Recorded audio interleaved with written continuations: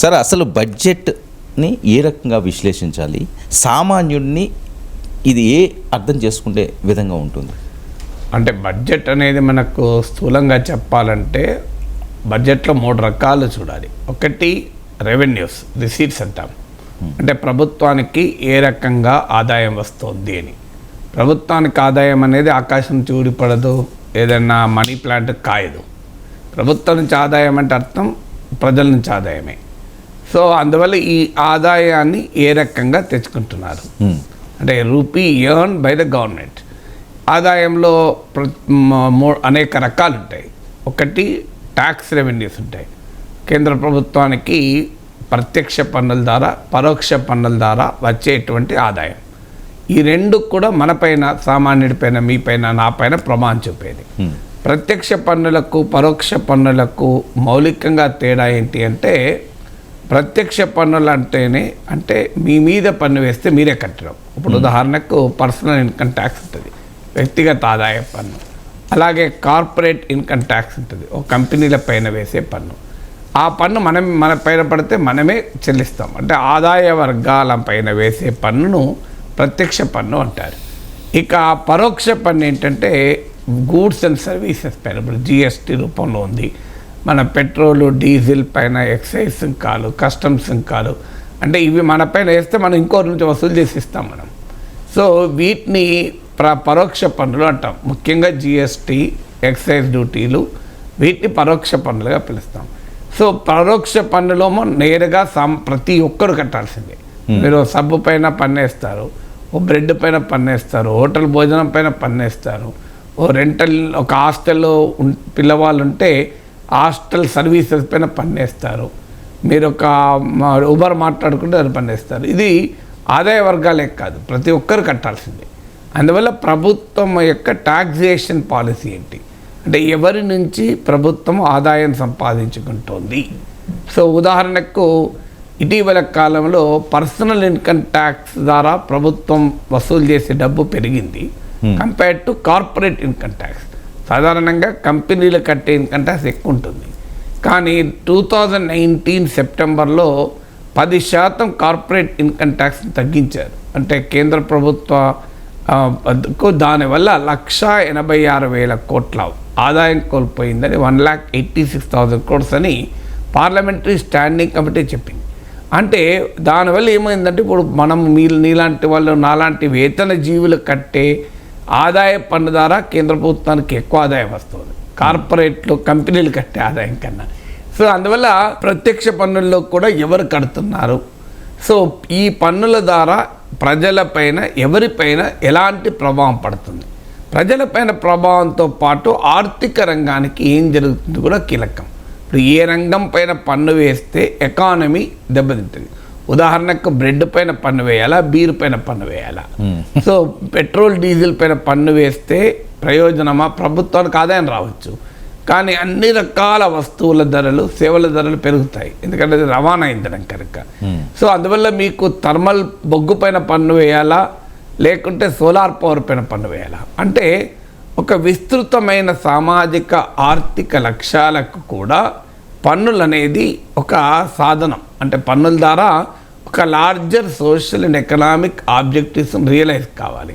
అందువల్ల పన్నులు ఎవరిపైన వేస్తున్నారు, ఆ పన్నులు వేయడంలో హేతుబద్ధత ఏంటి, ఈ పన్నుల వల్ల ఆదాయాలు ఉన్నవారు ఇబ్బంది, భారం పడుతుందా, ఆదాయం లేని వారిపైన భారం పడుతుందా, ఈ పన్నుల ద్వారా ఎకనామిక్ గ్రోత్ వస్తుందా, ఎంప్లాయ్మెంట్ జనరేట్ అవుతుందా, ఇన్వెస్ట్మెంట్ పెరుగుతుందా, ఇలా టాక్సేషన్ను మనం విశ్లేషించుకోవాల్సి ఉంటుంది.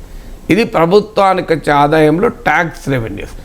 నాన్ ట్యాక్స్ రెవెన్యూస్ కూడా ఉంటాయి. అంటే ముఖ్యంగా డిస్ఇన్వెస్ట్మెంట్ అంటారు. అంటే డిస్ఇన్వెస్ట్మెంట్ అంటే ప్రభుత్వం తనకున్న ఆస్తుల్ని అమ్మడమే కాదు, ఈ మధ్య కాలంలో లీజుకి ఇవ్వడం కూడా మొదలుపెట్టారు. దాన్నే అసెట్ మానిటైజేషన్ అంటారు, నేషనల్ అసెట్ మానిటైజేషన్. అంటే ప్రభుత్వానికి ఉదాహరణకు రైల్వేలకు ల్యాండ్ ఉంటుంది, ఆ ల్యాండ్ ప్రైవేట్ వారికి ఇస్తారు. ప్రభుత్వం ఒక జాతీయ రహదారి నిర్మిస్తుంది, దాన్ని ప్రైవేట్ వాళ్ళకి ఇస్తారు. సో ఇలా తనకున్న ఆస్తుల నుంచి అమ్మడం ద్వారానో, లీజ్ ద్వారానో, కమర్షియల్గా డెవలప్ చేయడం ద్వారానో ప్రభుత్వం ఆదాయాలను సంపాదించుకుంటుంది. సో ఇక్కడ చాలా గందరగోళం కూడా జరిగే అవకాశం ఉంటుంది. కారు చౌకగా ప్రైవేట్ వారికి అప్పచెప్పడం, చాలా విలువైన ప్రజల సొమ్ముతో క్రియేట్ చేసిన ఆస్తుల్ని ప్రైవేట్ వారికి ఇవ్వడం. సో ఇది ఎంతవరకు హేతుబద్ధత? అందువల్ల ఈ పబ్లిక్ సెక్టార్ డిస్ఇన్వెస్ట్మెంట్లో 1,00,000 కోట్ల విలువైన కంపెనీని 5,000 కోట్ల 10,000 కోట్లకి ఇచ్చేస్తుంటారు. సో అందువల్ల ఈ డిస్ఇన్వెస్ట్మెంట్, అసెట్ మానిటైజేషన్ ద్వారా ప్రభుత్వానికి ఎంత ఇన్కమ్ వస్తుందన్నదే కాదు, అది ఎంత మేరకు ప్రజల సొమ్ముకు నష్టం కలగకుండా జరిగింది అనేది. అందువల్ల ప్రభుత్వానికి వచ్చేటువంటి ఆదాయం అంటే రెవెన్యూస్లో ప్రధానమని చెప్పాను. దీంట్లో రెవెన్యూ రిసీట్స్, క్యాపిటల్ రిసీట్స్ అనే క్లారిఫికేషన్, ఆ టెక్నికాలిటీస్లోకి వెళ్ళడం లేదు నేను. సామాన్యుడికి అర్థం కావడానికి ప్రభుత్వానికి పన్నుల ద్వారా, పన్నులేతర మార్గాల ద్వారా ఏ రకమైన ఆదాయం వస్తుంది. కొన్ని సందర్భాల్లో ప్రభుత్వం పెట్టిన పెట్టుబడుల పైన కూడా ఆదాయం రావచ్చు. ప్రభుత్వం కంపెనీ నడుపుతుంది, ఆ కంపెనీ ద్వారా లాభం వచ్చింది అనుకోండి, సో అది కూడా ఆదాయమే. సో అందువల్ల ఇలా వివిధ రకాల ఆదాయం అంటే ప్రభుత్వం వేసే పన్నుల ద్వారా, పన్నులేతర మార్గాల ద్వారా, ప్రభుత్వం పెట్టిన పెట్టుబడుల నుంచి వచ్చే ఆదాయం, ఇవన్నీ కూడా రిసీట్స్ అంటారు. అంటే ఆదాయాలు బడ్జెట్లో ఉండేటువంటి మొదటి పార్ట్. రెండవ పార్ట్ ఏంటంటే ఎక్స్పెండిచర్. ఓకే, దీన్ని ఎక్స్పెండిచర్ బడ్జెట్ అంటాం. అంటే ప్రభుత్వము ఎలా డబ్బు సంపాదించుకుంటుంది అన్నదే కాదు, దేనిపైన ఖర్చు పెడుతుంది ప్రభుత్వం. ఇప్పుడు మన కుటుంబ బడ్జెటే ఉంది, కుటుంబంలో ఎంత సంపాదించాడు అన్నదే కాదు కదా, దానిపైన పిల్లల చదువు పైన ఖర్చు పెడుతున్నాడా, కుటుంబ ఆరోగ్యం పైన ఖర్చు పెడుతున్నాడా, లేదా వాడు మందుదాటానికి ఖర్చు పెడుతున్నాడా, లేదు దాన ధర్మాల పైన ఖర్చు పెడుతున్నాడా, లేదా ఎక్కడన్నా స్పెక్యులేటివ్గా ఇన్వెస్ట్ చేసి లాస్ అవుతున్నాడా, ప్యాకాట్ ఆడిపోతున్నదా. సో బట్ దేనికి ఖర్చు పెడుతున్నాడు? ఖర్చు పెట్టి లేదు ఒక టూరిజం పర్యాటక వెళ్ళి ఖర్చు పెడుతున్నాడా, అప్పుల పైన వడ్డీలు కట్టడానికి ఖర్చు పెడుతున్నాడా. సో అందువల్ల ఖర్చు దేనిపైన పెడుతున్నాడు ఒక కుటుంబం అనే దాన్ని బట్టి ఆ కుటుంబం యొక్క ఎకనామిక్ హెల్త్ ఆధారపడుతుంది. అలాగే దేశ ప్రజల మేలు కావాలన్నా, దేశ ఆర్థికంగా అభివృద్ధి కావాలన్నా ప్రభుత్వం ఎలా ఖర్చు పెడుతుంది అనేది చాలా చాలా కీలకం. ఖర్చులు కూడా బ్రాడ్గా 2 రకాలు ఉంటాయి. రోజువారీ ఖర్చులు ఉంటాయి, అంటే టు మెయింటెనెన్స్ చేసడానికి. ఇప్పుడు ఉదాహరణకు ప్రభుత్వాల శాలరీస్ పైన, పెన్షన్స్ పైన, అప్పుల పైన, వడ్డీల పైన ఖర్చు పెట్టే దీన్ని రెవెన్యూ ఎక్స్పెండిచర్ అంటారు.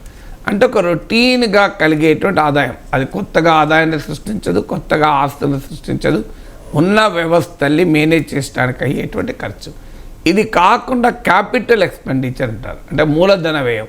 అంటే ఆ ఖర్చు ద్వారా ఆదాయాన్ని రావడం. ఇప్పుడు కుటుంబానికి డబ్బులు వస్తాయి, అప్పులపైన వడ్డీలు కట్టడం ఒక రకమైన ఖర్చు, లేదు విలాసాలకు ఖర్చు పెట్టడం ఒక రకమైన ఖర్చు, ఓ పెద్ద ఫంక్షన్ చేసి ఓ 50 లక్షలు ఖర్చు పెట్టడం, లేదు నేను ఒక 2 నా ఇంటికి పైన ఇంకో 2 రూమ్లు వేసి రెంట్కి ఇచ్చుకుంటాను.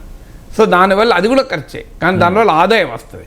లేదు నేను ఒక కారు కొని ఒక ట్రావెల్స్కి పెడతాను, దానివల్ల ఆదాయం వస్తుంది. లేదు నేను ఒక చిన్న వ్యాపారం మొదలు పెడతాను, దానివల్ల ఆదాయం వస్తుంది. అందువల్ల ప్రభుత్వం పెట్టేటువంటి ఖర్చు రొటీన్గా అయ్యే ఖర్చా లేదా అది ఆదాయాన్ని తెచ్చే ఖర్చా చూడాలి. ఆదాయాన్ని తెచ్చే ఖర్చును క్యాపిటల్ ఎక్స్పెండిచర్ అంటారు. అంటే ఇన్ఫ్రాస్ట్రక్చర్ పైన పెట్టే ఖర్చు, ఇలాంటిది క్యాపిటల్ ఎక్స్పెండిచర్ కిందకి వస్తుంది. అలాగే ప్రజలకు ఏ అవసరాలు ఉన్నాయి, ప్రజల అవసరాలకు తగినట్లుగా ప్రభుత్వ వ్యయ ప్రణాళికలు ఉన్నాయా, అంటే government expenditure plans are in tune with identified challenges. ఎకానమీకి ఉన్న ఛాలెంజెస్, ప్రజలకున్న అవసరాలు. ఇవాళ ఎకానమీకి ఉన్న ఛాలెంజెస్ అందరికీ తెలుసు. నిరుద్యోగం, జాబ్స్ అనేది ఒక పెద్ద ఇష్యూగా ముందుకు వస్తుంది. అందువల్ల ఈ బడ్జెట్లో చేసే ఖర్చు వల్ల యువతకు ఉపాధి దొరుకుతుందా, యువతకు ఉపాధి ఇంత మేరకు జనరేట్ అవుతుంది అని. సో అలాగే ఈ బడ్జెట్లో మరో ముఖ్యమైన ఎకనామిక్ ఛాలెంజ్ ఇన్ఫ్లేషన్, ధరలు. ఇప్పుడు సిఎస్డిఎస్లో నీతి వాళ్ళ ప్రీపోల్ సర్వేలు, పోస్ట్ పోల్ సర్వేలకు కూడా ప్రజలు చాలా స్పష్టంగా చెప్పిన 2 సమస్యలు జాబ్స్ అండ్ ఇన్ఫ్లేషన్. సో ఇన్ఫ్లేషన్కు ఏ రకంగా తగ్గించుతుంది, ఈ బడ్జెట్ ద్వారా ధరల్ని నియంత్రించడానికి ఏ రకంగా ఉపయోగపడుతుంది అని.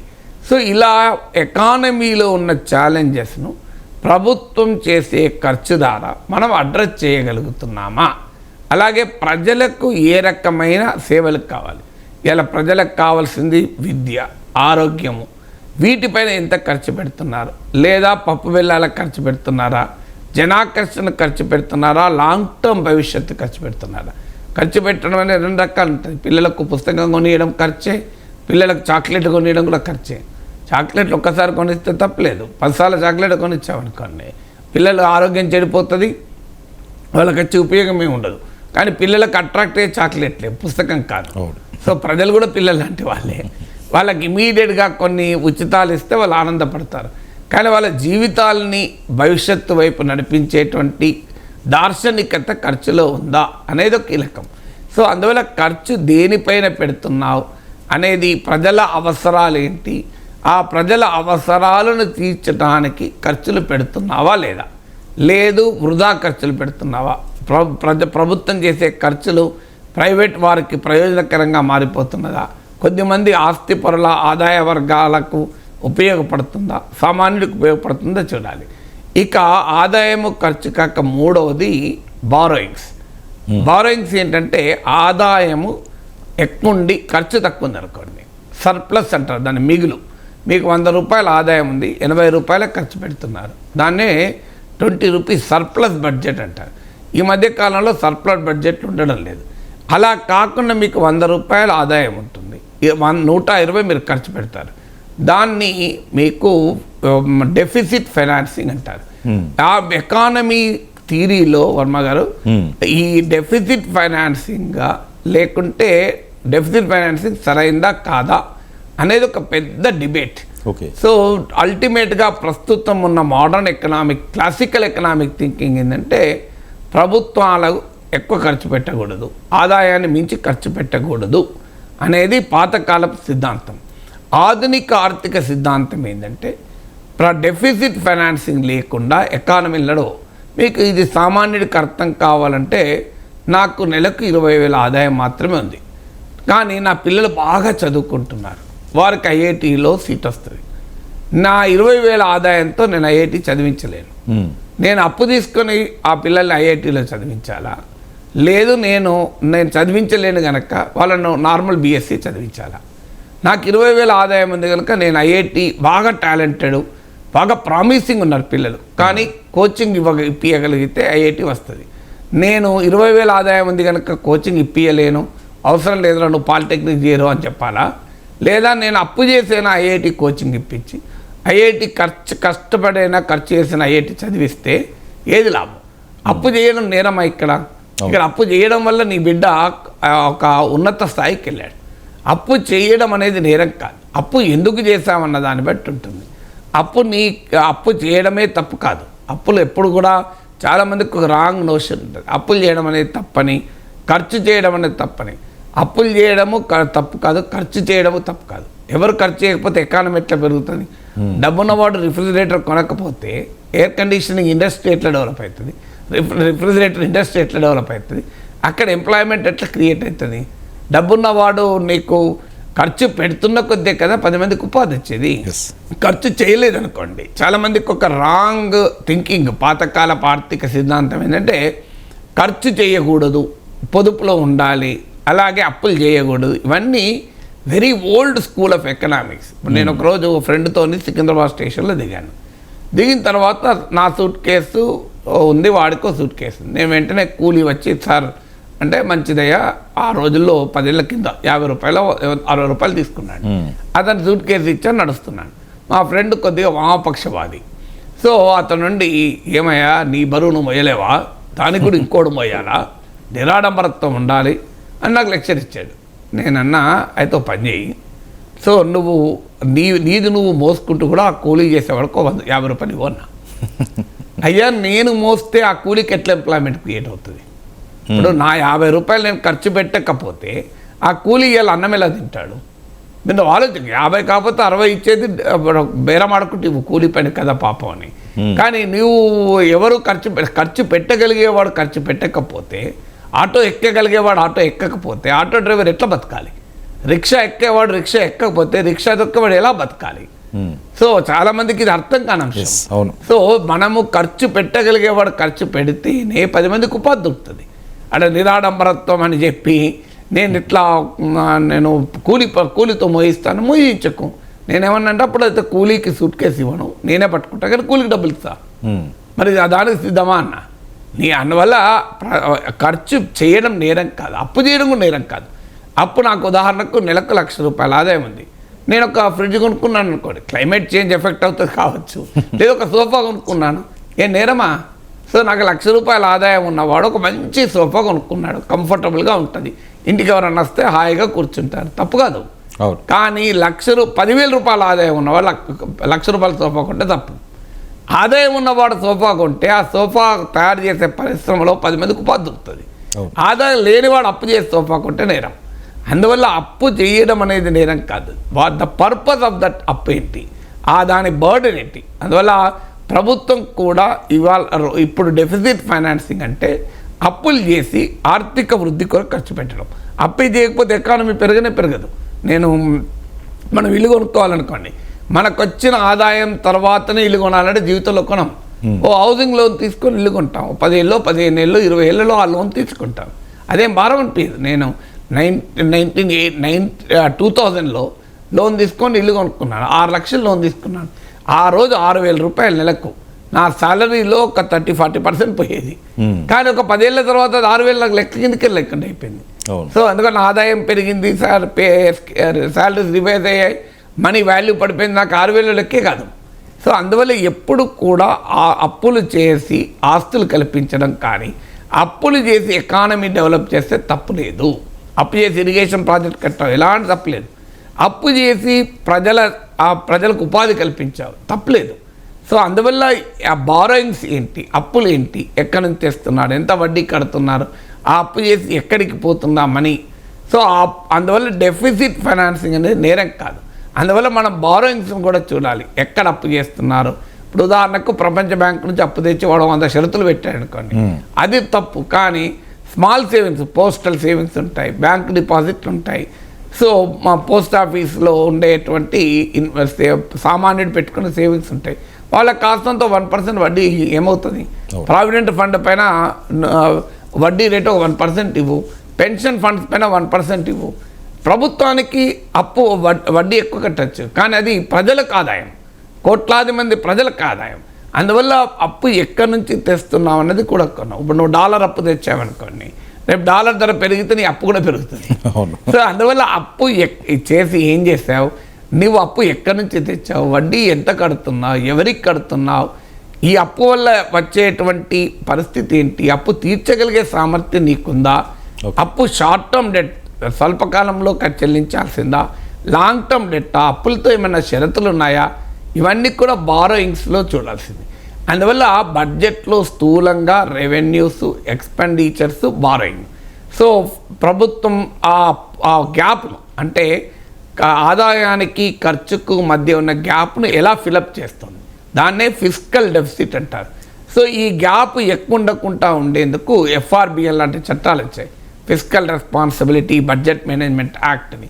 కానీ గ్యాప్ ఎక్కువ ఉండకూడదు అంటే ఏం చేయాలి, ఖర్చన్నా తగ్గించుకోవాలి, ఆదాయాన్ని పెంచుకోవాలి. ఆ ఖర్చు తగ్గించుకోవడం అనేది హెల్తీ ఎకనామిక్స్ కాదు, ఆదాయాన్ని పెంచుకొని దానికి అనుగుణంగా ఖర్చు చేయడం అనేది హెల్తీ ఎకనామిక్స్. అందువల్ల ఈ ఎకనామిక్ మేనేజ్మెంట్ బడ్జెట్లో కేవలము ఖర్చులు ఆదాయాలే కాదు, ఒక ఎకానమీ ఎలా పర్ఫామ్ చేస్తుంది, ప్రభుత్వం యొక్క ఆర్థిక విధాన దృక్కోణం ఏంటి, ఎకనామిక్ ఫ్రేమ్వర్క్ ఏంటి, ఇవన్నీ కూడా బడ్జెట్తో పాటు ఉండే డాక్యుమెంట్స్. వీటన్నిటినీ కూడా మనము అర్థం చేసుకోవడానికి ఉపయోగపడుతుంది. బడ్జెట్ అనేది ఒక దేశ ఎకానమీకి ఒక దిక్సూచి, దేశ ఆర్థిక వ్యవస్థను నడిపించే ఒక విధాన పత్రం, దేశ భవిష్యత్తుకు బాటలు వేసేటువంటి ఒక ప్రణాళిక.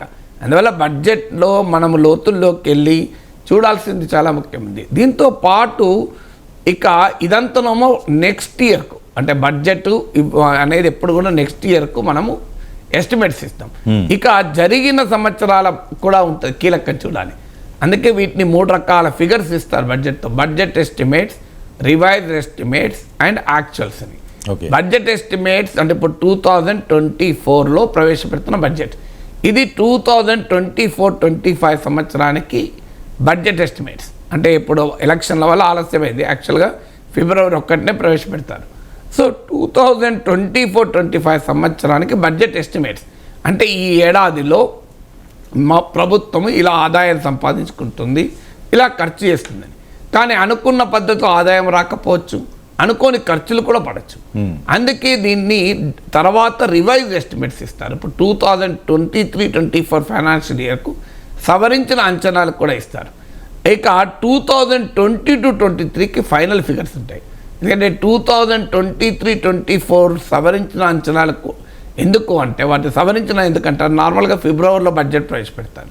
అంటే డిసెంబర్ వరకు ఉన్న స్టాట్స్ ఉంటాయి. ఇప్పుడంటే జూలైలో ప్రవేశపెడుతున్నారు కనుక బహుశా రివైజ్ ఎస్టిమేట్స్ కూడా యాక్చువల్స్గా ఉండవచ్చు, కానీ గ్యారంటీ లేదు, కొంత మార్పు ఉండొచ్చు. అందువల్ల మనం ఏమి చూడాలంటే బడ్జెట్లో కేటాయించింది రేపు ఖర్చు పెట్టకపోవచ్చు. చాలా సందర్భాల్లో ఏం జరుగుతుందంటే బడ్జెట్లో చూపెడతారు, యాక్చువల్గా ఖర్చు పెట్టరు. అందుకే బడ్జెట్ను ఎప్పుడు కూడా రివైజ్ ఎస్టిమేట్స్తో యాక్చువల్స్తో కంపేర్ చేసి చూడాలి. అంటే బడ్జెట్లో ఓన్లీ ప్రామిస్, బడ్జెట్ ఓన్లీ కేటాయిస్తామన్న ప్రకటన, యాక్చువల్గా కేటాయించారా లేదా తెలియదు. సో యాక్చువల్గా కేటాయిస్తున్నారా లేదా, చాలా సందర్భం ఇప్పుడు మనకు తెలుగు రాష్ట్రాల్లో చూసాం ఒక 20% గ్యాప్ ఉంటుంది బడ్జెట్లో ప్రతిపాదించిన దానికి వాస్తవంగా ఖర్చు చేసిన దానికి. సో బడ్జెట్ ఫిగర్స్ను ఇన్ఫ్లేట్ చేసి చూపెడుతుంటారు. ఎందుకంటే బడ్జెట్ రోజే మనం మాట్లాడుకుంటాం, టీవీలో హెడ్లైన్స్ ఉంటాయి, మీకు పేపర్లో పతాక శీర్షికలు ఉంటాయి, తర్వాత కూడా పట్టించుకుంటారు దీన్ని. అందువల్ల ఒక పబ్లిక్ ఒపీనియన్ క్రియేట్ చేస్తానికి, ఒక ప్రజలపైన పర్సెప్షన్ క్రియేట్ చేస్తానికి కూడా బడ్జెట్ గణాంకాలని ఎక్కువ చేసి కూడా చూపెడుతుంటారు. సో అందువల్ల బడ్జెట్ ఎస్టిమేట్స్ని చూసే మనం విశ్లేషించకూడదు. రివైజ్ ఎస్టిమేట్స్ ఏంటి, యాక్చువల్స్ ఏంటి, ఖర్చు చేస్తామన్నది ఖర్చు చేశారా, ముఖ్యంగా సేమ్ గవర్నమెంట్ ఉన్నప్పుడు, పాత గవర్నమెంట్ ఉన్నప్పుడు అంటే పక్క పెడదాం. ఇప్పుడు కొత్త గవర్నమెంట్, కేంద్రంలో ఒకే గవర్నమెంట్ ఉంది 10 ఏళ్ళుగా. సో నీవు గతంలో కేటాయించింది ఖర్చు చేసావా లేదా, గతంలో 100 రూపాయలు కేటాయించావు, 70 ఖర్చు పెట్టావు, 60 ఖర్చు పెట్టావు అనుకో, ఈసారి నువ్వు 100 కేటాయించితే మేము ఎట్లా నమ్మాలి? సో యాక్చువల్గా అది 100 కేటాయించారు కానీ 60-70 ఖర్చు పెడతారు అని. సో అందువల్ల ఈ అంటే రివైజ్ ఎస్టిమేట్స్ యాక్చువల్స్తో కూడా కంపేర్ చేసి మనం చూడాల్సి ఉంటుంది. అంటే ఒక బడ్జెట్ను ఏ రకంగా ఖర్చు పెడుతున్నారని. ఇంకో ముఖ్యమైన ఏంటంటే బడ్జెట్ పైన చర్చ లేకుండా జరిగిపోతుంది. అన్ఫార్చునేట్లీ గత కొన్నేళ్లుగా గిలిటన్ అంటారు, అంటే ఎలాంటి చర్చ లేకుండా ప్రభుత్వ పార్లమెంట్లో ఆమోదింపజేస్తారు, ఎలాంటి స్క్రూటినీ లేకుండా బడ్జెట్ను ఆమోదిస్తున్నారు. ఇది ఒక చాలా ప్రమాదకరమైన రాజకీయ సాంప్రదాయం మన దేశంలో నెలకొంది. పార్లమెంట్ స్క్రూటినీ లేకుండా, ప్రజల ప్రతినిధులు దాన్ని స్టడీ చేయకుండా, దాన్ని పార్లమెంట్లో చర్చించకుండా ప్రభుత్వాలు ఇష్టారాజ్యంగా బడ్జెట్లు ఆమోదించేటువంటి ఒక దుస్సాంప్రదాయం కూడా మొదలైంది. అందువల్ల బడ్జెట్ ఈజ్ అవర్ మనీ, మన ప్రజలకు మన డబ్బులకు ప్రభుత్వం ఓన్లీ కస్టాడియన్. సో ప్రభుత్వము మన డబ్బుల్ని ఎలా ఖర్చు చేస్తోంది అనేది చాలా కీలకం. మళ్ళీ ఇంకో కేంద్ర బడ్జెట్తో ఇంకో లింక్ ఏంటంటే రాష్ట్రాల బడ్జెట్లకు కూడా ఇది లింక్. అందుకే చూడండి, మీరు కేంద్రం ప్రవేశపెట్టిన తర్వాతే రాష్ట్రాలు ప్రవేశపెడతాయి, అప్పటిదాకా పెట్టవు. మీరు గమనించండి, ఎందుకు పెట్టావంటే కేంద్రం నుంచి రాష్ట్రాలకు నిధులు వస్తాయి. ఇప్పుడు 42% అంటే జమ్మూ కాశ్మీర్ 1% తీస్తే 41% రాష్ట్రాలకు ఇవ్వాలి, కానీ రియాలిటీలో ఇవ్వడం లేదు, 31% ఇస్తున్నారు. కారణం ఏంటంటే రాష్ట్రాలతో పంచుకోవాల్సిన పన్నులు పెంచకుండా, రాష్ట్రాలతో పంచుకోవాల్సిన అవసరం లేని నాన్ షేరబుల్ అయినటువంటి సెస్సులు, సర్ఛార్జీలు ప్రభుత్వం పెంచుతోంది. అందువల్ల కేంద్ర బడ్జెట్లో చూడాల్సింది ఇది రాష్ట్రాల పైన ఏ రకమైన ప్రభావం పడుతుంది. ఈ బడ్జెట్ కేంద్ర ప్రభుత్వం తీసుకునే విధాన నిర్ణయాల వల్ల, బడ్జెట్ ప్రతిపాదనల వల్ల రాష్ట్ర ప్రభుత్వం పైన ఎలాంటి ప్రభావం పడుతుంది. ఉదాహరణకు ఆంధ్రప్రదేశ్లో ఉత్పత్తి అయ్యే వస్తువు ఉంటుంది ఒకటి. సో ఆంధ్రప్రదేశ్లో ఉత్పత్తి అయ్యే వస్తువు పైన ఇంపోర్ట్ డ్యూటీ తగ్గించారనుకోండి, దిగుమతి సుంకం, దానివల్ల ఏమవుతుంది, విదేశాల నుంచి ఆ వస్తువు పెద్ద ఎత్తున ఇంపోర్ట్ అవుతుంది. దాంతో ఆంధ్రప్రదేశ్ ఎకానమీ దెబ్బతింటుంది. కేరళలో ప్రతిపక్ష ప్రభుత్వాన్ని దెబ్బతీయడానికి కేరళలో కోకోనట్ బాగా ఉత్పత్తి అవుతుంది, రబ్బర్ బాగా ఉత్పత్తి అవుతుంది. కేంద్ర ప్రభుత్వం ఏళ్ళు చేసిన గతంలో ఉన్నాయి, పామ్ ఆయిల్ పైన ఇంపోర్ట్ డ్యూటీ తగ్గించేస్తారు. అంటే దాంతో కోకోనట్ ఆయిల్ డిమాండ్ తగ్గిపోతుంది. లేదంటే రబ్బర్ పైన, ఇంపోర్టెడ్ రబ్బర్ పైన ధర తగ్గిస్తారు. సో అందువల్ల కేంద్ర ప్రభుత్వము బడ్జెట్ ప్రతిపాదనలు రాష్ట్రాల ఆర్థిక పరిస్థితిని బలోపేతం చేస్తాయా, బలహీనపరుస్తాయా, తమకు కావలసిన రాష్ట్రాలకు వడ్డించారా ఎక్కువ, తమకు నచ్చని రాష్ట్రాలకు డబుల్ ఇంజన్ సర్కార్లకు ఎక్కువ ఇచ్చారా.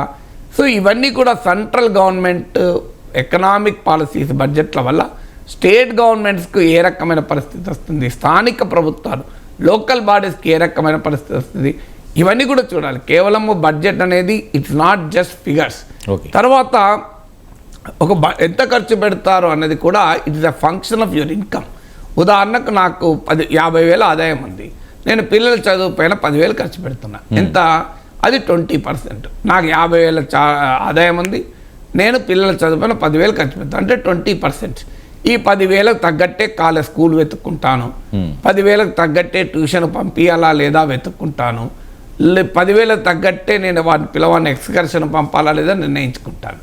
అందువల్ల నా ఆదాయం 50,000 ఉన్నప్పుడు నేను 10,000 విద్య పైన ఖర్చు పెట్టి నా పిల్లల్ని ఆ మేరకు చదివించుకోవడం తప్పు కాదు. నాకు 2 లక్షల ఆదాయం వస్తుంది, అప్పుడు నా జీతం 2 lakhs ఉంది, నేను అప్పుడు కూడా 10,000 ఖర్చు పెడతా అంటే అన్యాయం కదా.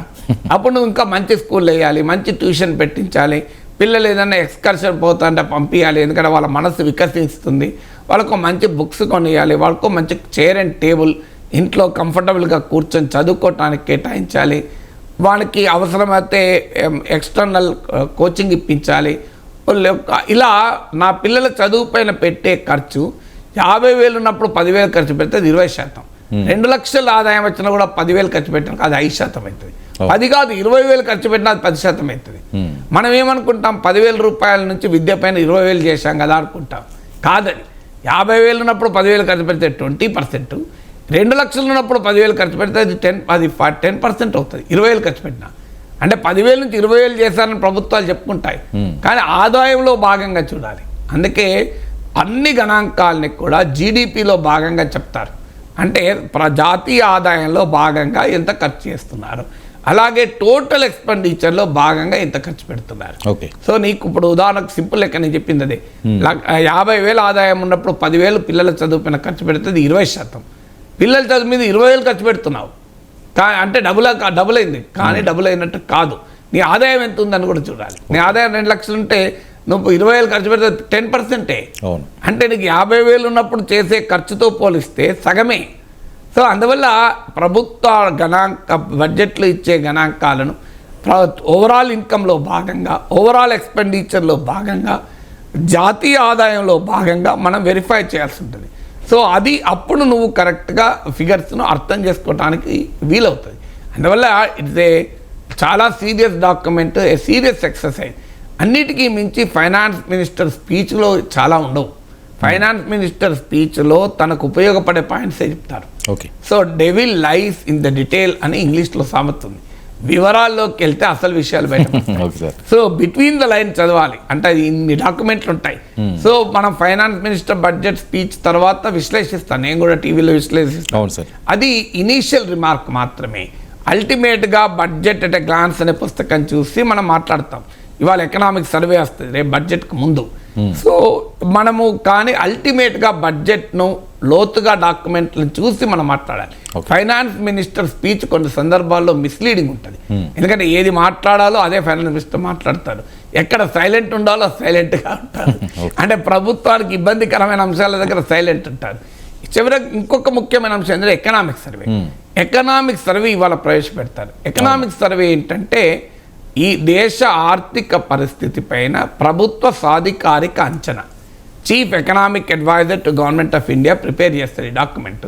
చాలా వండర్ఫుల్ డాక్యుమెంట్, చాలా ఇన్నోవేటివ్ ఐడియాస్ కూడా ఎకనామిక్ సర్వేలో డిస్కస్ చేస్తారు. మన రాష్ట్రాల స్థాయిలోమో సోషియో ఎకనామిక్ అవుట్లుక్ అంటారు, అది పెద్ద అది ఏమీ లేదు, అది ప్రభుత్వ కరపత్రం. ఇంతవరకు నేను రాష్ట్రాలలో కేంద్రంలో చేసినటువంటి ప్రయత్నం చేయడంగా చూడలే, అది కేవలం స్టేట్ గవర్నమెంట్ కరపత్రం లాగా ఉంటుంది సోషియో ఎకనామిక్ అవుట్లుక్. కానీ ఆల్ ఇండియా బడ్జెట్తో పాటు ముందు రోజు సమర్పించే ఎకనామిక్ సర్వే చాలా innovative economic document, very thought provoking document ఉంటాయి, కొత్త కొత్త ఐడియాస్ చర్చిస్తారు. ఈ ఎకనామిక్ సర్వే ఏంటంటే ఇది like a diagnosis of the economy. మీరు ఇప్పుడు ఉదాహరణకు సార్ నాకు షుగర్ ఉంది అని డాక్టర్ దగ్గరికి పోతారు, ఒక ఎండాక్రోనాలజిస్ట్ దగ్గరికి పోయారు, షుగర్ స్పెషలిస్ట్ దగ్గరికి. ఆయన ఏం చెప్తాడు, ఇంకో ఈ షుగర్ ప్యాకేజ్ టెస్ట్లన్నీ చేయించుకోండి అంటాడు. దాన్ని బట్టి మీకు బ్లడ్ షుగర్ ఎంత ఉంది, HbA1c 3 నెలల షుగర్ ఎంత ఉంది, ఈ షుగర్ వల్ల మీ కిడ్నీ ఏమైనా ఎఫెక్ట్ అయిందా, సీరం క్రియేటిన్ ఎంత ఉంది, ఈ కిడ్నీ ద్వారా మీ నరాలు ఏమైనా ఎఫెక్ట్ అయ్యాయా, ఈ షుగర్ ఈ డయాబెటిక్స్ ద్వారా diabetic nephropathy, diabetic neuropathy, diabetic retinopathy, నీ ఐస్ విజన్ ఏమైనా ఎఫెక్ట్ అయిందా, ఇవన్నీ చూస్తాడు. నీ అల్బుమిన్ లెవెల్స్ ఏమున్నాయి, భవిష్యత్తులో ఎంత పెరిగే అవకాశం ఉంది, ఇవన్నీ చూసి నీకు మందులు ఇస్తాడు. అంటే అర్థం ఏంటి, ఈ పరీక్షలలో బయటపడ్డ ఫలితాల ఆధారంగా డాక్టర్ మందులు రాయాలి, డాక్టర్ చికిత్స సజెస్ట్ చేయాలి. సో నీకు ఉదాహరణకు నీ డయాగ్నోస్టిక్ టెస్ట్లలో సీరం క్రియేటిన్ 1 లోపలే ఉంది, నీకు కిడ్నీకి మందులు ఇచ్చాడు అనుకోండి, అర్థం లేని ఆర్గ్యుమెంట్ కదా. సో అందువల్ల డయాగ్నాస్టిక్ టెస్ట్ల ఆధారంగానే ట్రీట్మెంట్ ఉండాలి. Economic survey is like a diagnosis, budget is like a treatment. So అందువల్ల డయాగ్నోసిస్కు ట్రీట్మెంట్కి ఏమైనా లింక్ ఉందా కూడా చూడాలి. అందువల్ల రేపు బడ్జెట్ అర్థం కావాలంటే ఇవాళ ఎకనామిక్ సర్వే చదవాలి.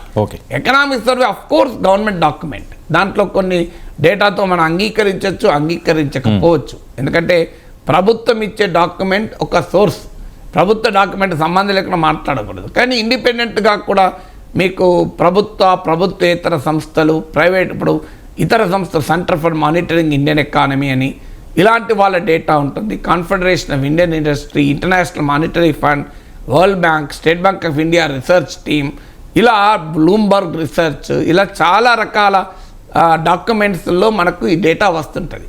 So reserve bank of India రిపోర్ట్లు, ఇవన్నిటినీ కూలంకుషంగా స్టడీ చేసి ఎకనామిక్ సర్వేలో బడ్జెట్లో ఇచ్చిన డేటాను ఈ డేటాతో కంపేర్ చేసి, ఇప్పుడు ఉదాహరణకు reserve bank of India data ఏమో బ్రహ్మాండంగా ఉద్యోగాలు కల్పించబడ్డాయని ఇచ్చారు, centre for monitoring Indian economy data అది నిజం కాదు అని ఇచ్చారు, అందులో ఆ ఉద్యోగాలకు కూడా లో ప్రొడక్టివిటీ, లో వేజ్ జాబ్స్ అని అన్నారు. సో ఇలా మనము వివిధ డాక్యుమెంట్లను సమన్వయం చేసుకుంటూ ఈ ఎకనామిక్ సర్వేని కూడా స్టడీ చేస్తూ ఈ డయాగ్నోసిస్కి అనుగుణంగా డాక్టర్ గారు, ఫైనాన్షియల్ మినిస్టర్ ఒక డాక్టర్, ఇదని ట్రీట్మెంట్ ఇచ్చాడా లేదా అనేది, అంటే దేశ ఆర్థిక పరిస్థితి పైన ప్రభుత్వం ఇచ్చే ఎకనామిక్ సర్వే, ఇతర సంస్థలు ఇచ్చేటువంటి సర్వేలని కూడా స్టడీ చేసి budget is it A prescription for the economic elements. అంటే ఆ దేశము ప్రజలు ఎదుర్కొనే ఆర్థిక రుగ్మతలకు ఫైనాన్స్ మినిస్టర్ అనే అతను పరిష్కారం చూపుతున్నాడా అనేది చేయాలి. అందువల్లనే ఇవాళ నుంచే మొదలు పెట్టాలి స్టడీ చేయాలి, అంటే రోజు స్టడీ చేయాలి. అందులో రేపు బడ్జెట్ స్టడీ చేయాలంటే ఇవాళ ఎకనామిక్స్ సర్వే ఈరోజు పార్లమెంట్లో ప్రవేశపెడతారు. ఆ ఎకనామిక్ సర్వే అధ్యయనం చేసి ఎకనామిక్ సర్వే నేపథ్యంలో బడ్జెట్ను విశ్లేషించాలి. ఆంధ్రప్రదేశ్ విషయానికి వస్తే అసెంబ్లీ సమావేశాలు నేటి నుంచి చాలా హాట్గా జరగనున్నాయి. మరొక వైపు రేపు జగన్మోహన్ రెడ్డి గారు ఢిల్లీ వెళ్ళిపోతున్నారు, అక్కడ ధర్నా చేయబోతున్నారట. అసెంబ్లీ సెషన్స్ కూడా ఈరోజు ఆయన హాజరు కాబోతున్నారు. ఈసారి జరుగుతున్న అసెంబ్లీ సమావేశాలని రాజకీయ పరంగా చూడాల్సిన అవసరం ఉందా, రాష్ట్ర అభివృద్ధి కోసం ముందుకు సాగే అవకాశం? అంటే ఏ అసెంబ్లీ సమావేశాలైనా రెండు ఉంటాయి. అసెంబ్లీ అనేది రాజకీయ సభే కదా, మనం అవునన్నా కాదన్నా అది రాజకీయ సభ. మీలాంటి వాళ్ళకు, నాలాంటి వాళ్ళకు అది రాజకీయాలకు అతీతంగా సభ ఉంటే బాగుండు అని ఆశ ఉంటుంది. ఆ ఆశ ఉండడం తప్పు కాదు, కానీ ఆ వాస్తవం అది కాదు. నేను 2007 మార్చ్ 29కు ఎమ్మెల్సీగా గెలిచాను. అంటే బడ్జెట్ సమావేశాలు జరుగుతున్న సమయంలో నేను ఎమ్మెల్సీ గెలిచాను. వెళ్ళి ఫస్ట్ మీటింగ్, అంటే ఫస్ట్ మీటింగ్లోనే ఒక డిబేట్ తర్వాత గవర్నర్ ప్రసంగానికి ధన్యవాదాలు తెలిపేది అనుకుంటా. దానిపైన రాజశేఖర రెడ్డి ఒక 2.5 గంటలు రిప్లై ఇచ్చాడు. సో 1.5 వరకు ఓపికగా విన్నా. తెలుగుదేశం ప్రభుత్వాన్ని, గత ప్రభుత్వాన్ని విమర్శిస్తూ, రాజకీయ దాడి చేస్తూ, తన ప్రభుత్వాన్ని సమర్థించుకుంటూ 1.5 అవర్ మాట్లాడాడు. నేను మధ్యలో లేచి, అధ్యక్ష ఒక చిన్న విన్నపం, మాలాంటి వాళ్ళు పట్టభద్రుల తరఫున ఎన్నికై వచ్చాం, రాష్ట్రం అభివృద్ధి చెందాలి, ప్రజల జీవితాలు మారాలి, ప్రజాప్రతినిధులుగా చట్టసభల్లో ఈ విషయాలు లేవనెత్తాలని వచ్చాం. కానీ నేను 1.5 నుంచి ముఖ్యమంత్రి గారి ఉపన్యాసం వింటున్నాను, రాజకీయపరమైన అంశాలు తప్ప వేరే అంశాలు లేవు అన్నాడు. రాజశేఖర్ నవ్వి, ప్రొఫెసర్ గారు శాసనసభ అంటే రాజకీయ సభయే కదా అన్నాడు. అది వాస్తవం. అది మనప్పుడు రాజకీయాలకు అతీతంగా ఇండిపెండెంట్గా గెలిచిన నాలాంటి వాళ్ళకి అనిపించవచ్చు ఈ రాజకీయాలు ఏంటి, ఐడియాలు ఏంటంటే చంద్రబాబు నాయుడు, జగన్మోహన్ రెడ్డి తమ మేధస్సులను రంగరించి ఆంధ్రప్రదేశ్లో ఎంప్లాయ్మెంట్ ఎలా క్రియేట్ చేయాలి, దానికి చంద్రబాబు నాయుడు ఒక 10 రకాల సూచనలు ప్రభుత్వం తరఫున ప్రవేశపెడతాడు. జగన్మోహన్ రెడ్డి కూడా ఆర్థికవేత్తలతో చర్చించి తన మేధస్సును రంగరించి చంద్రబాబు నాయుడు గారు మీరు చెప్పిన 10లో 7 బాగున్నాయి, కానీ ఈ 3కి ఈ రకమైన సవరణ చేస్తే బాగుండు, ఈ 10 కాదు ఇంకో 5 రకాల చర్యల వల్ల ఉపాధి పెరుగుతుంది, ఇలా మాట్లాడుకుంటే బాగుండని మనం అందమైన కలగంటాం. కానీ అలా జరుగుతుందా? అలా ఈ గతంలో జరగలేదు, ఇప్పుడు జరగదు. గతంలో జరిగిందా? సో అప్పుడు జరగలేదు, ఇప్పుడు జరగలేదు. రియాలిటీ ఏంటంటే రాజకీయాలే. మళ్ళీ అంత సీరియస్గా ప్రభుత్వం ఇప్పుడు కూర్చొని కేంద్ర ప్రభుత్వం నుంచి మనం ఏం అడగాలి, మేము ఇది అడుగుతున్నామని చంద్రబాబు నాయుడు ముఖ్యమంత్రిగా ప్రతిపాదిస్తే, జగన్మోహన్ రెడ్డి చంద్రబాబు నాయుడు గారు చాలా మంచి పని చేస్తున్నారు, మీరు ఇవి అడుగుతున్నారు కానీ అదనంగా ఇవి కూడా అడగాలి అంటే, జగన్మోహన్ రెడ్డి గారు మీరు ఇచ్చిన సలహా చాలా బాగుంది, తప్పనిసరిగా వాటిని కూడా మేము తీసుకొని అడుగుతాం అని అంటారా? ఇలా ఉంటే బాగుండు సభ అని అనిపిస్తుంది. కానీ అలా ప్రాక్టికల్గా సాధ్యమా? అందువల్ల శాసనసభలో కూర్చున్న వాళ్ళంతా ఎవరు? శాసనసభలో కూర్చున్న వాళ్ళంతా వివిధ రంగాల నిపుణులు, రాజకీయాలకు సంబంధం లేని నిపుణులు కాదు కదా. నైపుణ్యం ఉండొచ్చు వాళ్ళు వివిధ రంగాల్లో, లేదని నేను అన్నాను. కానీ అల్టిమేట్గా వాళ్ళు రాజకీయ నాయకులు. సో రాజకీయ నాయకులు అంటే తమ పార్టీ ప్రయోజనాలు, ప్రత్యర్థి పార్టీని ఏకిపారేయడము, ప్రజల దృష్టిలో తమ పార్టీని హీరోగా చూపడము, ప్రత్యర్థి పార్టీని విలన్గా చూపడం, ఇదే కదా పని. సో అందువల్ల శాసనసభను మించిన వేదిక వాళ్ళకి ఏముంటుంది? అందువల్ల ఈ శాసనసభ భిన్నంగా ఉంటుందని అనుకోను. ఇంకా ఈ సభలో బ్యాలెన్స్ లేదు. పోనీ గత సభలోనే బ్యాలెన్స్ లేదు. 151 మంది అధికార పార్టీకి ఉంటే 23 మంది మాత్రమే టీడీపీకి ఉండే. కనీసం బ్యాలెన్స్ ఉంటే ప్రభుత్వాలు కాస్తంత ఏకపక్షంగా ఉండవు. బ్యాలెన్స్ ఉన్నా కూడా ఏకపక్షంగా ఉంటాయి, కానీ కంపారిటివ్లీ కొద్దిగా నయం. అందువల్ల లాస్ట్ 5 ఏళ్ళే బ్యాలెన్స్ లేదు, 23 ఏళ్ళు. ఇప్పుడు 11 సీట్లకే పరిమితమైంది. ఇంకేం బ్యాలెన్స్ ఉంటుంది? ఇదంతా one way match, one side match. ప్రభుత్వాలు పొగుడుతూ ఎమ్మెల్యేలు మాట్లాడుకొని ప్రతిపక్షాలు విమర్శిస్తూ రాజకీయ ఉపన్యాసాలకే పరిమితమవుతాయి. I don't expect. ఉంటే బాగుండు. దేశం ఇప్పుడు 20 లక్షల ఉద్యోగాలు తెలుగుదేశం పార్టీ క్రియేట్ చేస్తా అన్నది. ఒక serious discussion how to create 20 lakh jobs. ఇప్పుడు అల్టిమేట్గా ప్రజల జీవితాలు మార్చేదే రాజకీయం కదా. సో ప్రజల సమస్యలకు పరిష్కారం చెప్పే శాస్త్రమే రాజకీయం కదా. సో నిజంగానే పోనీ ఈవెన్ 11 మంది వైసీపీ ఎమ్మెల్యేలు వెళ్ళిపోయినా కూడా సభ అంత సీరియస్గా చర్చించదు. వాళ్ళు వెళ్ళిపోయినా కూడా మీరు అధికార పార్టీ వాళ్ళు జగన్మోహన్ రెడ్డి 5 ఏళ్ల పాలన ఏకిపారేయడానికి ఎక్కువ సమయం కేటాయిస్తారు. ఎందుకు? ఎందుకంటే శాసనసభ ద్వారా, టీవీల ద్వారా, పేపర్ల ద్వారా జనంలోకి వెళ్తుంది కదా. సో నిజంగానే మీరు కావాలంటే చూడండి, 2 రోజుల తర్వాత 3 రోజుల తర్వాత 20 లక్షల ఉద్యోగాలు మనం కల్పిస్తామని ప్రామిస్ చేశాము. 20 లక్షల ఉద్యోగాలు కల్పించడానికి ఏం చేయాలి అని సీరియస్గా పాలసీ, ఎలాంటి పాలసీ చర్చించి సభ ప్రభుత్వానికి ఒక డైరెక్షన్ ఇస్తుందో చూడండి మీరు. అలా ఇస్తే చాలా చాలా సంతోషం. ఇప్పుడు లోకేష్ అన్నాడు $1 ట్రిలియన్ ఎకానమీ చేస్తాం.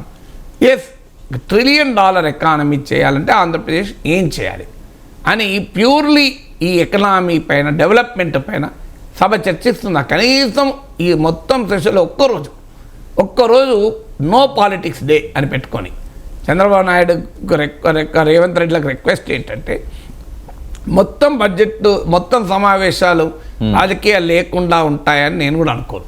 అది సాధ్యం కూడా కాదు. గతంలో లేవు, ఇప్పుడు ఉండవు. కానీ let there be 1 day no politics day. రాజకీయపరమైన విమర్శలు, సమర్థనలు, పొగడ్తలు, ప్యూర్లీ ఒక ఇంటలెక్చువల్ డిస్కషన్. సో 20 లక్షల ఉద్యోగాలు, ఒక నిరుద్యోగమే తీసుకుందాం. ఆంధ్రప్రదేశ్లో, తెలంగాణలో కూడా ఇది ఒక ముఖ్యమైన అంశంగా ముందుకొచ్చింది. సో ప్రభుత్వం ఏం చేస్తుంది అని ప్రభుత్వం చెప్పడం కాదు, ఏం చేయలేదని ప్రతిపక్షం అనడం కాదు. సో ఆ సమర్థన, పొగడ్తలు వేరే రోజు పెట్టుకుందాం. ఒకరోజు only what is to be done. So అక్కడ కూడా మళ్ళీ మా ప్రభుత్వం ఈ రకంగా చేస్తోంది అని అధికార పార్టీలు అంటారు. మీరు చేశారా అని ప్రతిపక్షం అంటారు. మీరు అధికారం ఉన్నప్పుడు ఏం చేశారని వీళ్ళు అంటారు. ఇదే పంచాయతీ. ఈ పంచాయతీ వల్ల ప్రజలకు ఏం దక్కుతుంది? ఏం దక్కదు. Unfortunately that is how the సభలు నడిచేది. లేదంటే ఏకపక్షంగా ఉండి ఇంకా పొగడతాడు. నేను తెలంగాణ వచ్చాక కూడా కొన్ని రోజులు శాసనమండలిలో ఉంటే నాకు బాధేసింది. సో తెలంగాణ తెచ్చుకున్నది ఇందుకోసమేనా అనిపించింది. ఎందుకు? తెలంగాణను ఎలా అభివృద్ధి చేయాలని చర్చ కాదు. కేసీఆర్ను పొగుడు. కేసీఆర్ గారు అసలు తెలంగాణ జాతిపిత, తెలంగాణ గాంధీ. కేసీఆర్కి ఇలాంటి ఆలోచన ఎలా వచ్చిందో ఆశ్చర్యం వేస్తోంది. ఈ పొగుడే. అధ్యక్ష, కేసీఆర్ గారి దూరదృష్టి, దార్శనికత ఇదే గొడవ తప్ప ఏ సీరియస్గా ఒక అంశం పైన డిబేట్ లేదు. తెలంగాణ తెచ్చుకున్న తెలంగాణలో ఏం చేయాలి అని. సో తెలంగాణ తెచ్చుకుంటే ఏం చేయాలని కేజీ టు పీజీ అని అన్నారు. దాని మీద నేను అడిగాను, అసలు ఈ కేజీ టు పీజీ ఎలా ఉంటుంది అంటే జగదీష్ రెడ్డి గారు మంత్రి అద్భుతంగా ఉంటుంది సార్. అద్భుతంగా ఉంటుంది కరెక్టే, ఎట్లుంటుంది అండి?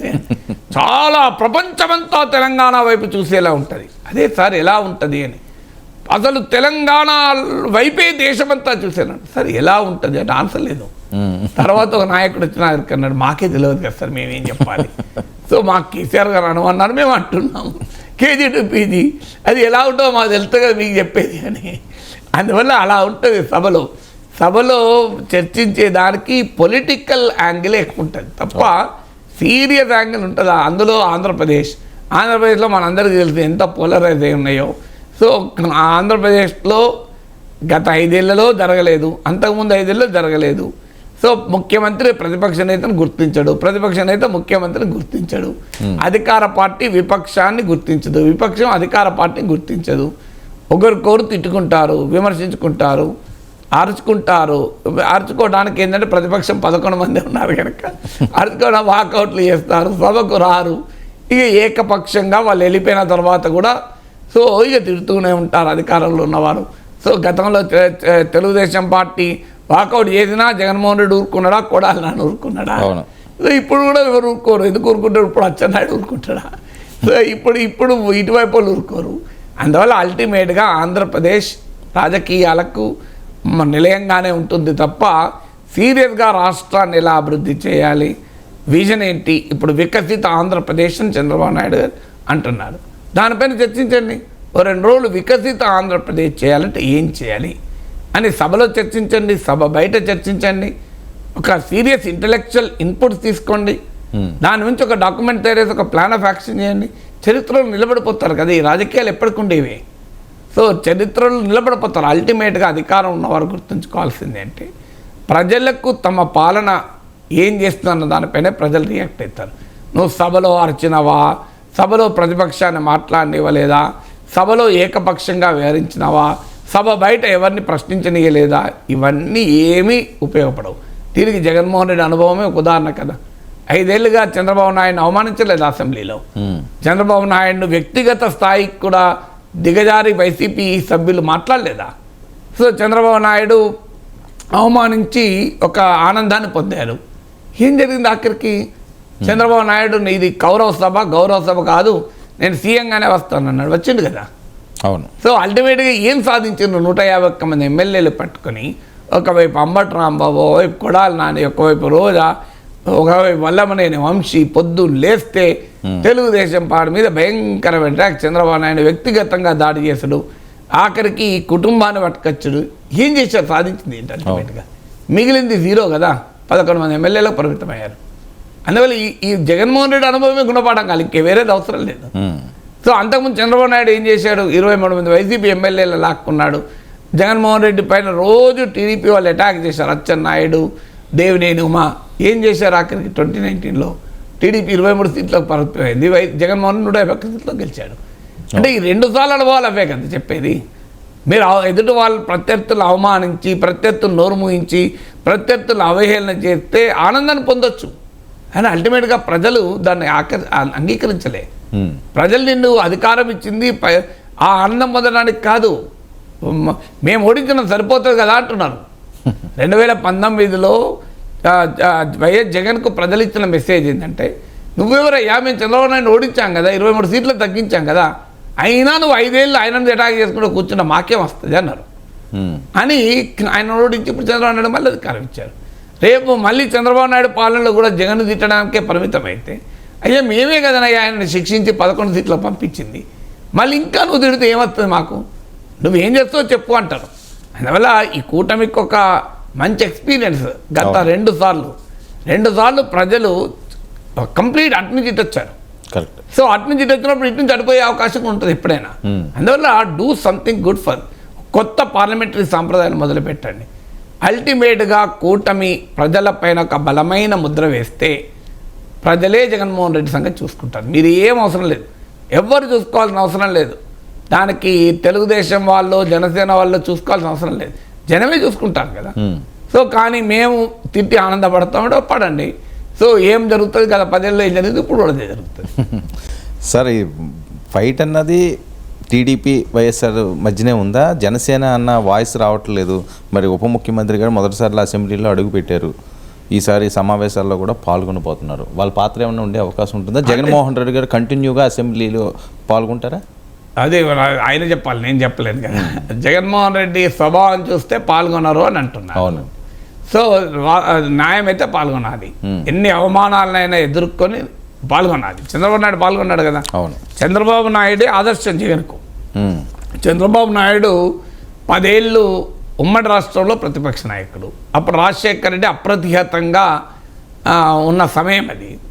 కానీ Rajasekhara Reddy football, volleyball, basketball, hockey, cricket అన్ని కలిపి ఆడేవాడు. బాక్సింగ్ ఆయన కూడా చంద్రబాబు నాయుడు ఫేస్ చేశాడు కదా. మళ్ళీ ఆ సమయంలో తెలంగాణ ఉద్యమం, రాజశేఖర రెడ్డి దాడే కాదు, తెలంగాణ ఉద్యమంలో మామూలు అటాక్ కాదు కదా, 2 కళ్ళ సిద్ధాంతం అని చంద్రబాబు నాయుడు మీదే అటాక్ అంతా. ఆ తర్వాత రాజశేఖర రెడ్డి దుర్మరణం, రాజశేఖర రెడ్డి హఠాన్ మరణం, దానివల్ల వచ్చిన సానుభూతి, ఇంత గందరగోళాల్లో కూడా 10 ఏళ్ల పాటు సమర్థవంతంగా నిలబడ్డాడు చంద్రబాబు నాయుడు. ప్రజలు దాన్ని వెల్కమ్ చేశారు. వెల్కమ్ చేసి 2014 ఒక అనువైన సందర్భం వచ్చింది. మాకు చంద్రబాబు నాయుడే మళ్ళీ ముఖ్యమంత్రి కావాలని కోరుకున్నారు కదా. తర్వాత 2019-24 ఇదే రకంగా వైసీపీ ఏకపక్ష దాడి 151 సీట్లు వచ్చాయి కనుక మామూలు దాడి కాదు కదా. సో ఆ దాడంతా చేశారు. సో రోజు కొడాలి నాని తిడుతుంటే జగన్మోహన్ రెడ్డి ఆనందించాడు, వారించలేదు. సో ఎవరో మిత్రుడు చెప్తున్నాడు, కొడాలి నాని చంద్రబాబు నాయుడు తిట్టేటప్పుడు స్పీకర్ను చూడడు, చంద్రబాబు నాయుడు చూడట, జగన్ను చూస్తాడు. సో అది నేనేం అంత గమనించలేదు, టైం లేదు కానీ. సో మిత్రుడు చెప్తున్నాడు, senior MLA, sir Alapati MLA ఇప్పుడు వేరేటోళ్ళు కూడా కాదు సార్, మాకు కొడాలి నాని అటు చంద్రబాబు నాయుడు చూడడు, ఇటు స్పీకర్ చూడడు, జగన్ చూస్తూ, అంటే అదేదో ముందు ఒక డైలాగ్, బావ కళ్ళల్లో ఆనందం చూస్తానికి చేశాను, అలా జగన్ కళ్ళల్లో ఆనందం చూస్తానికి చంద్రబాబు నాయుడు రోజు తిట్టారు. ఏం సాధించారు ఆఖరికి? 5 ఏళ్ల తర్వాత ఏం సాధించారంటే 11 సీట్ల పరిమితమయ్యారు. ఘోరమైన పరాజయము, అవమానానికి పాలయ్యారు. సో పొలిటీషియన్స్ అయినా అర్థం చేసుకుంటలేరు. ఇప్పుడు దేవినేని ఉమా, మీకు వీళ్ళందరూ కలిసి 2014, 2019 మరి అచ్చెన్నాయుడు, అసలు జగన్మోహన్ రెడ్డి లేస్తే చాలు అటాక్ చేసేవాళ్ళు కదా, మామూలుగా అటాక్ చేసేవాళ్ళు కాదు. అల్టిమేట్గా ప్రజలు 2019 ఏం జరిగింది? దేవినేని ఉమా కనీసం అసెంబ్లీకి రాలే, అచ్చెన్నాయుడు ప్రతిపక్షాల ఉపనాయకుడు అయ్యాడు, మంత్రి పదవి పోయింది, 23 మంది ఎమ్మెల్యేలు అయ్యారు, అందులోకి వెళ్ళి 3 మళ్ళీ పార్టీ మారారు. ఆ దుస్థితికి నెట్టివేయబడ్డారు కదా. పోనీ టీడీపీ అనుభవం నుంచి అయినా వైసీపీ నేర్చుకున్నదా? నేర్చుకోలే. ఈ 2019-2024 చంద్రబాబు నాయుడు లేస్తే చాలు, అంబటి రాంబాబు చంద్రబాబు నాయుడు చెప్పండి అనుకుంటా, రోజా కొడాలి నాని, అసలు ఏం పొద్దు లేత తిట్టుడే కదా. ఏం సాధించారు? 11 మంది పరిమితమై అంబటి రాంబాబు లేడు, కొడాలి నాని లేడు, రోజా లేదు, 3 పేరు. సో ఈ ఆఖరి మిగిలింది ఏంటి అంటున్నా. ఇప్పటికైనా రాజకీయ నాయకులు ఎందుకు నేర్చుకోరో నాకు అర్థం కాదు. అందువల్ల ఇప్పటికైనా అధికార పార్టీ వాళ్ళు నేర్చుకోవాలి, ప్రతిపక్ష నేత కూడా నేర్చుకోవాలి. చంద్రబాబు నాయుడు 5 ఏళ్ళ అవమానాలు పొందాడు మీ వల్ల కనుక నేను ముఖ్యమంత్రి కాగలిగాడు. దట్ ఇస్ అన్ ఇన్వెస్ట్మెంట్ అయింది కదా. చంద్రబాబు నాయుడును 5 ఏళ్ల పాటు అసెంబ్లీలో అవమానించినా, హింసించినా, అవహేళన చేసినా అది ఇన్వెస్ట్మెంట్గా మారి చంద్రబాబు నాయుడు గెలిపించింది. సో జగన్మోహన్ రెడ్డి కూడా ఈ ఇన్వెస్ట్మెంట్ కావాలంటే అసెంబ్లీకి రావాలి, ఆ ఇన్వెస్ట్మెంట్ అవసరం లేదంటే అసెంబ్లీ వదిలేయాలి. సార్ బైడెన్ తప్పుకోవడం, అగ్రరాజ్యంలో రాజకీయాలను ఎలా చూడాలి? నేను 4-5 రోజుల క్రితమే నా యూట్యూబ్లో వీడియో పెట్టాను, బైడెన్ తప్పుకుంటున్నాడు, త్వరలోనే ప్రకటన అని. Biden to exit US presidential race అని any with announcement in this weekend అని కూడా చెప్పాను. కరెక్ట్గా మీరు చూడండి, సండేనే వచ్చింది. అంటే అంతటా అది ఇంటర్నేషనల్ మీడియాలో వచ్చిన కథనాలను బట్టి అర్థమైపోయింది. సో ఎందుకు తప్పుకున్నాడంటే వాస్తవంగా మొదలు పెట్టిన నాటి నుంచి ఈ వాదన ఉంది, ఆయన ఏజ్ హెల్త్ పనిచేస్తుందా అని. సో ఆయన 81 years, అఫ్ కోర్స్ ట్రంపే యంగ్గా 78 years, కానీ ట్రంప్ ఏమో స్టిల్ ఫిజికల్గా ఫిట్గా కనబడుతున్నాడు. బైడెన్ ఫిజికల్ ఫిట్నెస్ పైన మొదటి నుంచి కూడా ప్రశ్నలు ఎదురయ్యాయి. ఆయన ఇన్కోహరెంట్గా మాట్లాడడం, ఆయన పేర్లు మర్చిపోయి ఒకరి పేరుకి ఇంకొకరి పేరు తీయడము, ఆయన కమ్యూనికేషన్ మాట్లాడేటప్పుడు పబ్లిక్ స్పీచ్లో కూడా అది తడబడము ఇవన్నీ తెచ్చినప్పటి నుంచి వస్తున్నాయి. కానీ బైడెన్ నమ్మింది ఏంటంటే పర్సన్ చూడరు, పాలసీస్ని చూస్తారు. ఓకే, ట్రంప్ పట్ల ఉన్న వ్యతిరేకత తనను గెలిపిస్తారు. ట్రంప్ పట్ల ఎంత అనుకూలత ఉంటుందో అంత వ్యతిరేకత ఉంటుంది. Trump is an highly polarising figure. So ట్రంప్ను సమర్థించే వాళ్ళు అలాగే సమర్థిస్తారు, ట్రంప్ను వ్యతిరేకించే వాళ్ళు అలాగే వ్యతిరేకిస్తారు. చాలామంది పోలరైజింగ్ లీడర్స్ అంతా అలాగే ఉంటారు. ఇప్పుడు నరేంద్ర మోడీని అభిమానించేవారు ఆయన కోసం చేతులు కాళ్ళు కోసుకోమని కోసుకుంటారు, ఆయనను విమర్శించేవారు దేనికైనా సిద్ధపడతారు, వ్యతిరేకించేవారు. సో అందువల్ల ట్రంప్ కూడా హైలీ పోలరైజింగ్ ఫిగర్. అందువల్ల ట్రంప్ పట్ల ఉన్న వ్యతిరేకత పాలసీస్ తనను గెలిపిస్తాయని బైడెన్ నమ్మాడు. కానీ పదే పదే ఆయన person Biden as a person అనేది ముందుకు వచ్చింది. ఇది ప్రెసిడెన్షియల్ డిబేట్తో మరింత స్పష్టమైంది. ఎందుకంటే అమెరికాలో మన దగ్గర ఇంకా ఈ ప్రెసిడెన్షియల్ డిబేట్ లేవు. ప్రతిపక్ష రెండు రాజకీయ పార్టీల అగ్రనేతలు వచ్చి వివిధ అంశాలపైన డిబేట్లో సాధ్యమాది ఏ టీవీ ఛానల్లోనైనా చంద్రబాబు నాయుడు జగన్ కూర్చొని డిబేట్ చేశారా? చంద్రబాబు నాయుడుతో ఏబిఎన్లో డిబేట్ ఉంటుంది, జగన్మోహన్ రెడ్డితో టీవీ9లో డిబేట్ ఉన్నది, లేదా ఇంకో ఛానల్ ఉంటుంది. కానీ ఎక్కడ మీకు ఆ ఇద్దరు నాయకులు ఒకే డిబేట్లో కూర్చొని చర్చించంగా మరి చూసారా? సో రేవంత్ రెడ్డి కేసీఆర్ కూర్చొని డిబేట్ చేసుకుంటారా? మోడీ నరేంద్ర మోడీ రాహుల్ గాంధీ పక్క కూర్చొని డిబేట్ చేసుకుంటారా? మన దేశంలో ఈ సాంప్రదాయం లేదు. కానీ అమెరికాలో ప్రెసిడెన్షియల్ డిబేట్ అనేది ఒక కీలకం, ఒక ఆనవాయితీ. ప్రెసిడెన్షియల్ డిబేట్ వల్ల ఆయా అభ్యర్థుల బలాబలాల్లో మార్పులు వస్తూ ఉంటాయి, పెరుగుతుంటారు, తగ్గుతుంటారు. సో అందువల్ల ఈ ప్రెసిడెన్షియల్ డిబేటు ఎప్పుడైతే జరిగిందో ఆ ప్రెసిడెన్షియల్ డిబేట్లో ట్రంప్ మామూలుగా అటాక్ చేయలే. బైడెన్ బైడెన్ ఇచ్చిన రిప్లైలకు కానీ ఆయన ఫ్రెయిలింగ్ హెల్త్, ఆయన ఆరోగ్య స్థితి పైన, ఆయన వయస్సు పైన, ఆయన కాంపిటెన్సీ నెక్స్ట్ 4 years అమెరికాను లీడ్ చేయగలిగే ఆయన సామర్థ్యం పైన సీరియస్ క్వశ్చన్ రైజ్ అయ్యాయి. అయితే దాన్ని బైడెన్ కొట్టిపారేశాడు. నా జెట్ లాగ్ వల్ల మాట్లాడలేకపోయాను, అయినా అబద్ధాల కోరుతో డిబేట్ చాలా కష్టము, ట్రంప్ అబద్ధాలు చెప్తుంటాడు, నేనేం చేయాలి, నేను బాగా అలసటతో ఉన్నాను, G7 మీటింగ్కి వెళ్ళాను ఇటలీకి, సో అని సమర్థించుకున్నాడు. బైడెన్ టీం కూడా సమర్థించింది. ఆ ప్రెసిడెన్షియల్ డిబేట్ తర్వాత కొంత యాక్టివ్గా కనిపించే ప్రయత్నం చేసినా కూడా అనుక్షణం ఆయనకు సమస్యలు ఎదురయ్యాయి. ఈలోగా ట్రంప్ పైన హత్యా ప్రయత్నం, దాంతో ట్రంప్ పట్ల ఇంకా పోలరైజేషన్ పెరిగింది, కన్సాలిడేషన్ పెరిగింది. అఫ్కోర్స్ బైడెన్ కూడా దాన్ని ఖండించినా కూడా ఈలోగా మళ్ళీ కోవిడ్ అటాక్ అయింది బైడెన్కు. కోవిడ్ ఒక పెద్ద డిసీజ్ కాకపోయినా ఆ ట్రంప్ పైన అసాసినేషన్ అటెంప్ట్ వల్ల ఒక 2-3 రోజులు క్యాంపెయిన్ ఆగిపోయింది. ఇప్పుడు మళ్ళీ క్యాంపెయిన్ ఆగిపోయింది. సో అందువల్ల ఈ రిపబ్లికన్ పార్టీ వాళ్ళేమో జేడీ వ్యాన్స్ని వైస్ ప్రెసిడెంట్గా ప్రకటించి ట్రంప్ పైన హత్యా ప్రయత్నం తర్వాత వచ్చిన సానుభూతిని కూడా ఉపయోగించుకొని బైడెన్ బలహీనతల్ని సొమ్ము చేసుకుంటూ మామూలుగా దూకుడు పైన లేడు. ఇటో బైడెన్ ఏమో పోటీలు ఉండడా నిలబడగలడా అని ఆఖరికి ఏ స్థాయికి వచ్చిందంటే డెమోక్రటిక్ పార్టీలోనే సీరియస్ క్వశ్చన్స్ బైడెన్ పైన ఎదురయ్యాయి. అందువల్ల నాన్సీ పెలోసి కాంగ్రెస్ స్పీకరు అలాంటి లీడర్లకు కూడా ప్రశ్నించడం మొదలుపెట్టారు, బైడెన్ అయితే డెమోక్రటిక్ పార్టీ గెలవదు అని. ఆఖరికి మాజీ ప్రెసిడెంట్ ఒబామా కూడా ఇది బిగ్గెస్ట్ బైడెన్ సపోర్టర్, ఎందుకంటే ఒబామా ప్రెసిడెంట్గా ఉన్నప్పుడే బైడెన్ వైస్ ప్రెసిడెంట్గా ఉంటాడు. సో ఆయన కూడా ఈ కంక్లూజన్కే వచ్చాడు, బైడెన్ అయితే డెమోక్రటిక్ పార్టీ గెలవది, చాలా రిసర్జెంట్గా ఉన్నాడు ట్రంప్, వైబ్రెంట్గా ఉన్నాడు, అందువల్ల కొత్త క్యాండిడేట్ వెతుక్కోవాల్సిందే.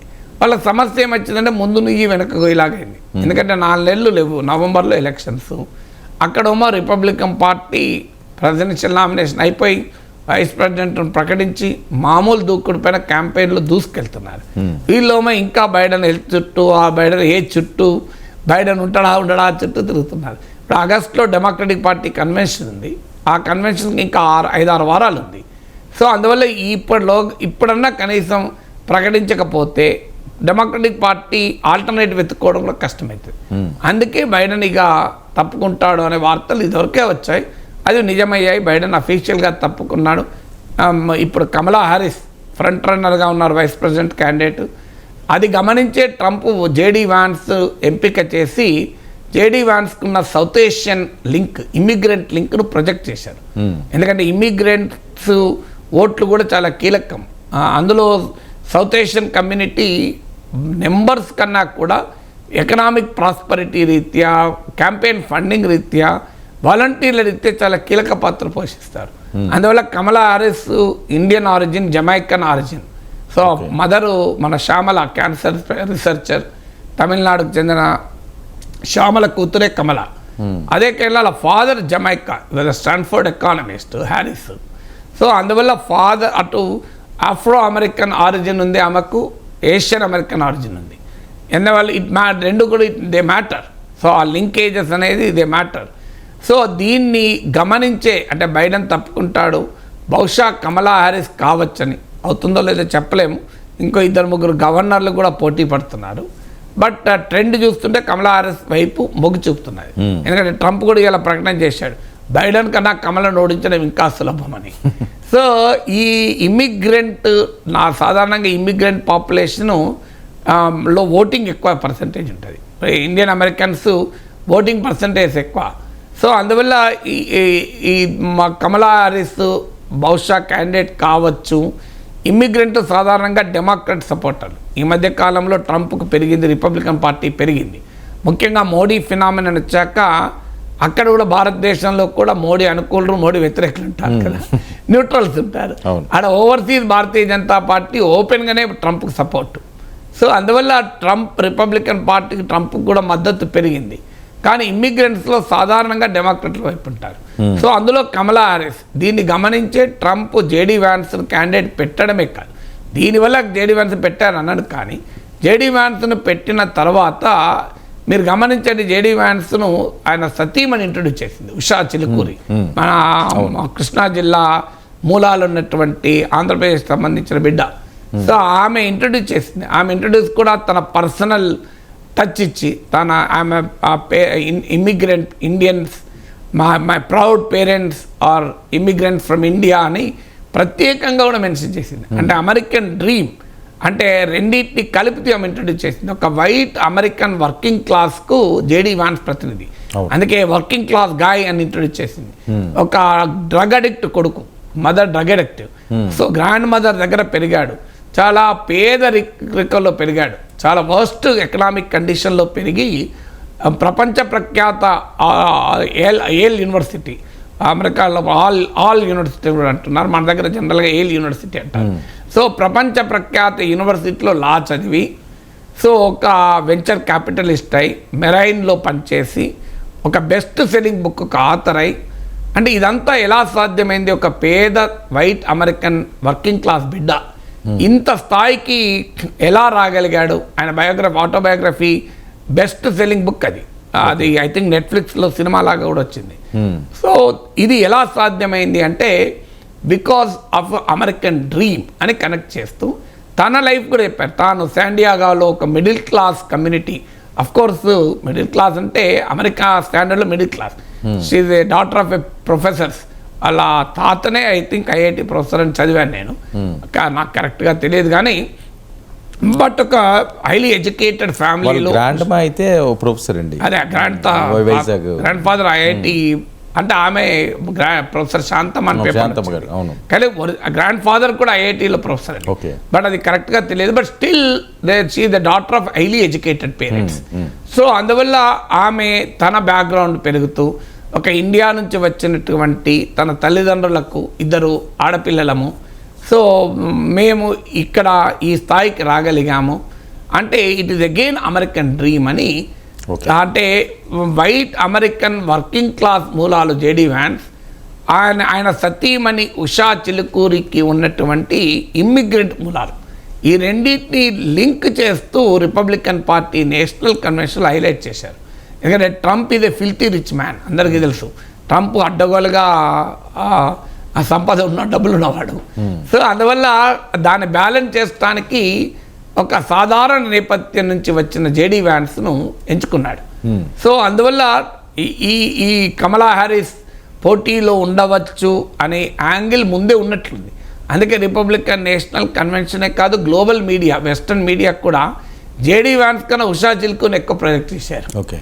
సో అందువల్ల డెఫినెట్గా this is an expected development. బహుశా ఇప్పుడు ఎవరు గెలిచినా ఇండియన్ కనెక్షన్ అయితే ఉండేలా కనబడుతోంది. కమలా హ్యారిస్ గెలిస్తే భారతీయ మూలాలు ఉన్న మన శ్యామలక్క కూతురు సో వైట్ హౌస్లో ఉండబోతోంది. లేదు ట్రంప్ గెలిస్తే ఇవాళ కాకపోతే నెక్స్ట్ ఎలక్షన్స్ వరకైనా మన ఉషాపతి వైట్ హౌస్లో ఉండే అవకాశాలు అయితే కనబడుతున్నాయి. అంటే first lady or second lady of United States will be of Indian origin లాగా కనబడుతుంది. Either first lady or second lady. Democrats గెలిస్తే కమలా హ్యారిస్ క్యాండిడేట్ అయితే first lady will be the president of United States. So లేదంటే the second lady so vice president సతీమణి అన్న Indian origin మూలాలు ఉంటాయి. So it's very interesting thing to watch. Okay.